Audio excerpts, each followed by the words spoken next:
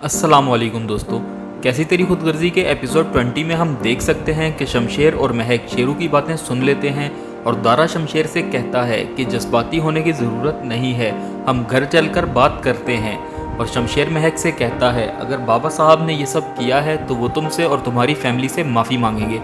और महक कहती है मुझे नहीं जाना तुम्हारे साथ और कोई माफ़ी नहीं चाहिए मुझे, और रिक्शा में बैठकर अकेले चली जाती है। और शमशेर महक को ढूंढने उसके घर जाता है, लेकिन वहाँ महक नहीं होती और महक शमशेर के घर आ जाती है। और फरवा शमशेर की मामा से कहती हैं आप इसकी तरफदारी करती हैं, इसके माँ बाप ने इसे तमीज़ नहीं सिखाई।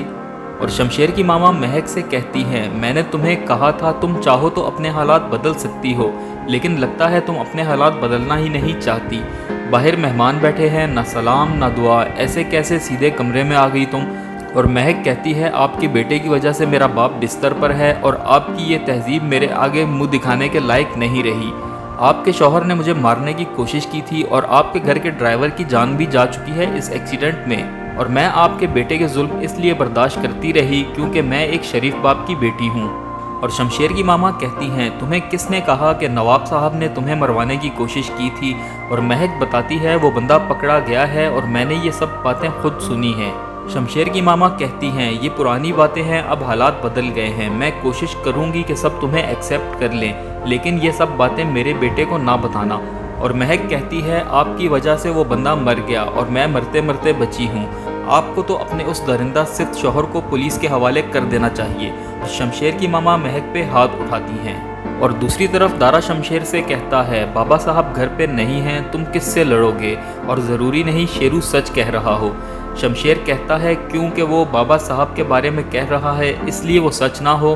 दारा कहता है वो हमारे बाप हैं और हमारे साथ ऐसा नहीं कर सकते, रात को बाबा साहब आ जाएंगे तो सब सेटल हो जाएगा, तुम अपने कमरे में जाओ और अपनी बीवी को समझाओ।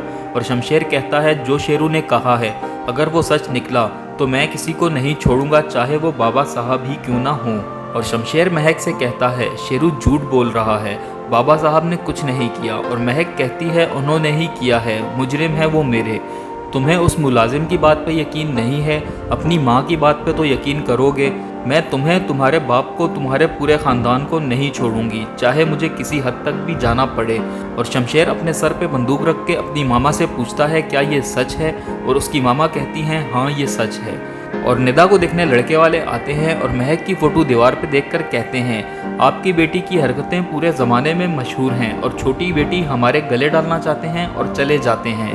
और अकरम कहते हैं शमशेर ने जो किया हमारे साथ वो सारी ज़िंदगी साए की तरह हमारे साथ रहेगा। वो समझता था मेरी एक बेटी की ज़िंदगी ख़राब की है उसने, लेकिन यहाँ तो मेरा पूरा घर ही तबाह हो गया है। और कहते हैं ऐसे घरों की बच्चियों की शादी नहीं हुआ करती। और एहसन कहता है मैं करूँगा निदा से शादी, जितना कसूरवार शमशेर है उतना ही मैं भी हूँ, एक बार पीछे हट चुका हूँ अब नहीं हटूँगा, एक मौका दे दें। और दिलावर पाकिस्तान आ जाते हैं और दारा उनको बताता है कि शेरू पकड़ा गया है और उसने पुलिस को सब बता दिया है कि आपके कहने पे उसने महक की गाड़ी को हिट किया था जिसमें हमारे ड्राइवर की जान चली गई थी। और बाबा साहब कहते हैं गाड़ी थाने की तरफ ले जाओ।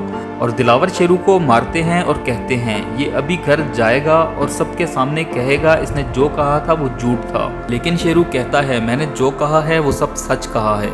और दारा दिलावर से कहते हैं इसको मारने से कोई फ़र्क नहीं पड़ेगा, मामा शमशेर को सब सच बता चुकी हैं। वीडियो पसंद आई हो तो चैनल ज़रूर सब्सक्राइब करिएगा ताकि नेक्स्ट आने वाली वीडियोस आप तक आसानी से पहुंच सकें।